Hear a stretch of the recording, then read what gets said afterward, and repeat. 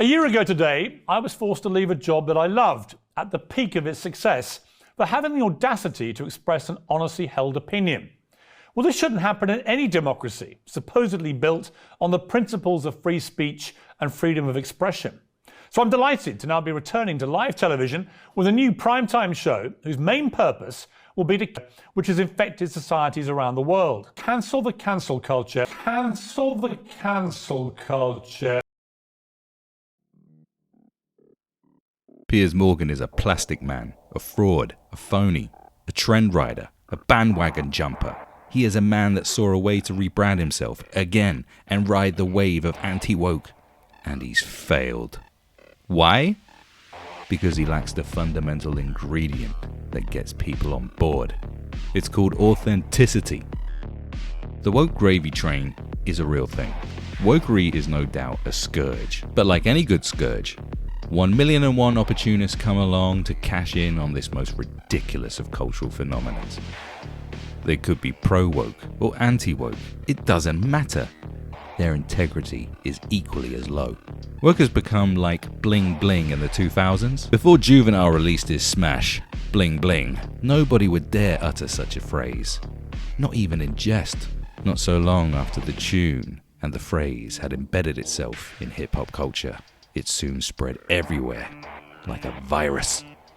Even your nan would end up saying things like, "Do you like my bling bling carriage clock?" Woke is a similar buzzword now, replacing snowflake as the go-to phrase for everyone to make a passing comment on something annoying, regardless of whether it's woke or not. Don't get me wrong, it's a good thing. Woke has become the prime word for when mocking lunacy. But it soon loses its gravitas when trend riders swoop in for some sweet gravy drippings from that bling bling train. Piers Morgan hasn't always been so obvious with his trend riding. He's more or less a chameleon who reinvents himself with a new version of his career. There needs to be a distinction between those that ride trends started by or in cultures that they don't understand or believe in, and those that are more or less culture vultures. You may have heard of the term culture vulture, or you may have not, but a culture vulture is a better term to use than cultural appropriation. Wearing a sari when you're a Jamaican or cornrows when you're a Norwegian isn't as bad as woke nutters would have you think it is, but jumping on a culture to make bank, especially when you don't understand or show respect for it, is somewhat bad. Miley Cyrus was a culture vulture, and a very bad one. Unlike some who've jumped on the global hip-hop phenomenon, Cyrus cultivated her musical rebirth, arguably, from some of the worst aspects of hip-hop culture. Ratchet culture and modern urban drug culture. Singing about party drugs and downers whilst jiggling her pancake behind dressed like an acid trip inspired interpretation of a stripper, or more accurately for 2022, a children's story hour reader. Cyrus represented things many considered to be wrong with that culture. A few years later, she rejected the whole culture, criticizing its misogynistic and unwholesome ways. Way to go, vulture! Miley Cyrus and others of her ilk are slightly different to two of the biggest trend riders and possible rebirthers in pop culture history, Madonna and Drake. Madonna consistently picked up on underground or upcoming trends and brought them to the masses. This allowed her to maintain a very long and illustrious career. Her longevity has always been down to how good she was at doing this. Whether it was releasing a #1 smash inspired by a dance she discovered in New York gay clubs, or parkour, or making tunes with Massive Attack, or discovering Eurodance, Madonna consistently rebirthed herself. I would argue that Madonna never really disrespected these cultures or turned her back on them per se, and she is unique in how she would bring these cultures into the light and make them popular. She was a sort of trend rider whilst being a sort of trendsetter. It was only when she started riding trends that were already in the mainstream consciousness that she started to fail, such as working with Timbaland after Justin Timberlake and Nelly Furtado had dominated the airwaves for 2 straight years with Timbaland collaborations. Now Madonna just chooses to embarrass herself by acting like a whore granny, as if it's the 1950s and we'd all be so shocked by her sexual liberty. Go home, granny. You're done. Drake is another trend rider. but one that has been embraced, because Drake jumping on a remix of the latest surprise smash or co-signing or adopting your style was a badge of honor. This would give Drake props, and other artists props. People love Drake for this. Except XXXTentacion. He didn't take too kindly to Drake biting his style and proceeded to talk naughty about Drake's mum. Some accused Drake of being a vulture, like crazy old Wiley, and some have a strong case.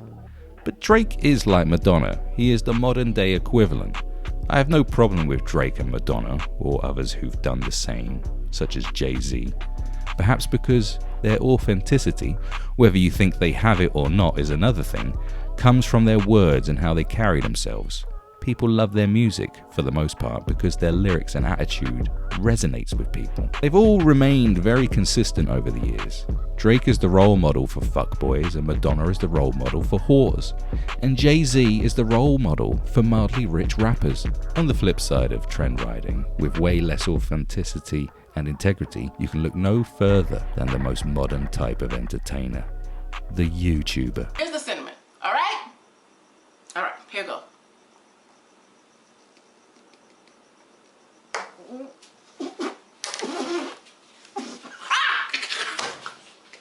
The YouTube economy has always been fueled by trends. Wherever it was diss tracks and beefs, stupid challenges, trying not to laugh, feeding the homeless, or reactions to the latest viral video, every YouTuber and their auntie would jump on that trend and milk it for every last drop. It didn't matter if that trend was totally stupid, and it didn't matter if the YouTuber themselves thought that it was stupid. They just do it for the clicks. Out of all the YouTube stars who've ridden trends without a single ounce of authenticity, Ethan Klein is probably the king. Ethan Klein navigated this very well for a very long time. He would either participate in the trend himself or make commentary and reaction videos on the trend. Either way, he was cashing in. And for a long time, the cash cow just kept mooing, and those moos were the color of green. Ethan Klein was showering in moos for years. He'd react to the silly trends that pranksters were doing. He'd react to Jake Paul videos when Jake Paul was #1 trending for about a whole year. He also jumped on the anti-SJW train, SJW being the choice term before woke replaced it, with his triggered stings and SJW alerts and so on. This was a big trend back in 2015, 2016 and 2017. YouTube was awash with SJW and feminists get owned videos. These videos were fueled by the backlash to incidents such as Gamergate, and created an abundance of stars who started doing this content because, well, they had become so enraged and disillusioned by what they were seeing unfold in society and culture they were a part of. They had to do something. These stars had authenticity and have remained consistent for the most part for years. This isn't so true of Ethan Klein. Once the cash cow stopped mooing onto Ethan all those lovely decimals after the first adpocalypse, Ethan swiftly changed his tune to appease his YouTube masters. Nowadays, Ethan has gone full circle and turned into an aggressive and bitter SJW, the embodiment of what he once mocked so hard and made so much money from. Because of Ethan's trend-riding nature, he finds himself having to consistently practice damage control over his old content. Though the anti-woke cash cow can be strong, towing the line on YouTube is less of a headache. But make no mistake, Ethan Klein's rebirth as an ally of every cause that guarantees ad revenue could be coming to a close as the world shifts away from wokery and disgust. If YouTube was bought out by the biggest internet shitlord of all time, and the pendulum swung so hard that overt anti-PC content was the only content that guaranteed ad revenue, because corporations realized they had made a big boo-boo by co-signing people who think a man in a dress flashing his ding-dong to toddlers in a library, then Ethan Klein would happily and swiftly reinvent himself as the next Bernard Manning. Back in the early 2010s, there was a trend so silly and so reckless that many YouTubers ignored it due to it being actually very dangerous. It was called the Fire Challenge. The Fire Challenge was particularly big on Vine and WorldStar Hip Hop. All you had to do was squirt a flammable oil on yourself and light your own ass up, then jump into water. It totally kicked the Tide Pod Challenge's ass and was a great antidote to the silly and nauseating Ice Bucket Challenge. If Ethan Klein was told by Susan of YouTube that the fire challenge was the kind of wholesome trend that advertisers approved of, Ethan Klein would not only fire challenge himself, but would also douse his children in oil, light them up, and throw them into his silly swimming pool. And so would Piers Morgan. Talk TV and Piers Morgan's goal has been to capitalise on the anti-woke sentiment of the nation, have so far been unsuccessful. Unlike GB News, which launched last year, they haven't been able to tap into the zeitgeist and make any waves. That is possibly because they have zero authenticity and integrity. Piers Morgan has spent the last few years developing his anti-woke persona by clashing with various brainlets on his previous ego vehicle, Good Morning Britain. People started to look at Piers and say, I don't really like him, but I totally agree with what he said. And, well said, Piers. Well said. Clap, clap, clap, clap, clap. Piers has aligned himself with figures like Tucker Carlson and Ben Shapiro, and rejects his old employers, CNN, and their current ethos.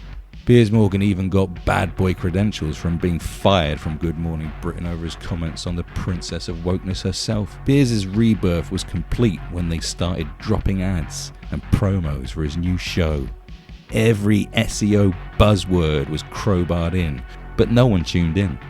Not just because the whole thing was as cringe as your dad putting on your Juice WRLD album and singing along whilst popping Xanax, it's completely inauthentic.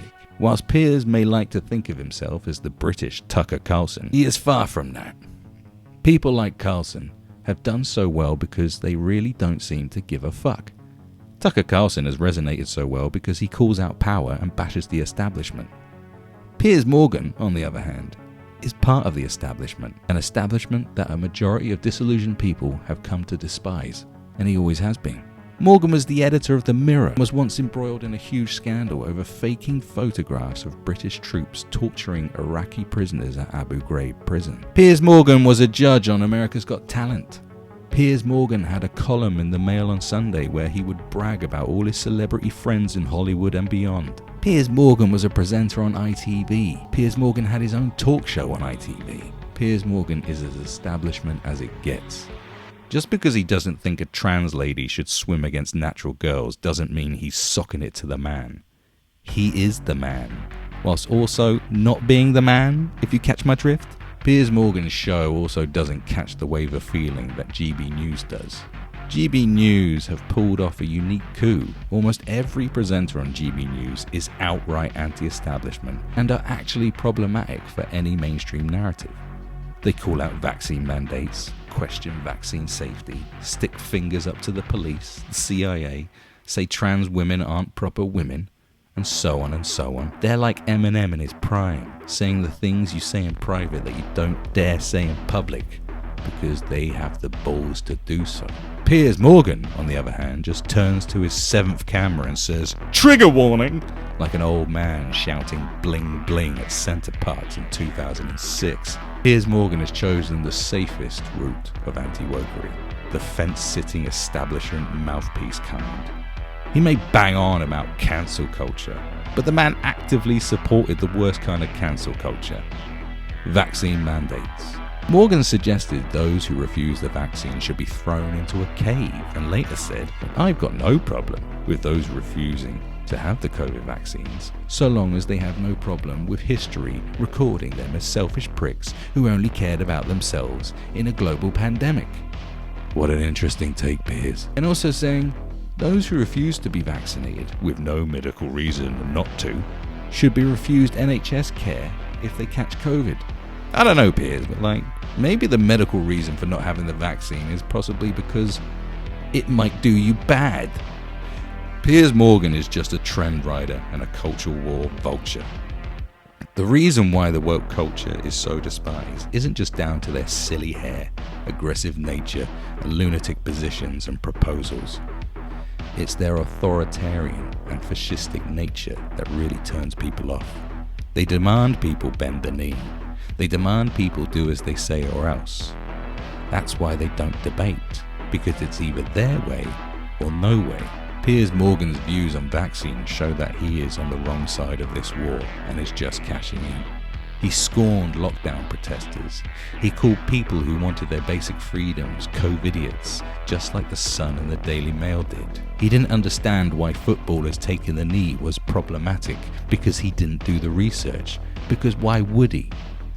He was a newspaper editor. Piers Morgan even got into beef with his own son on Twitter because he didn't support military action from British troops against Putin.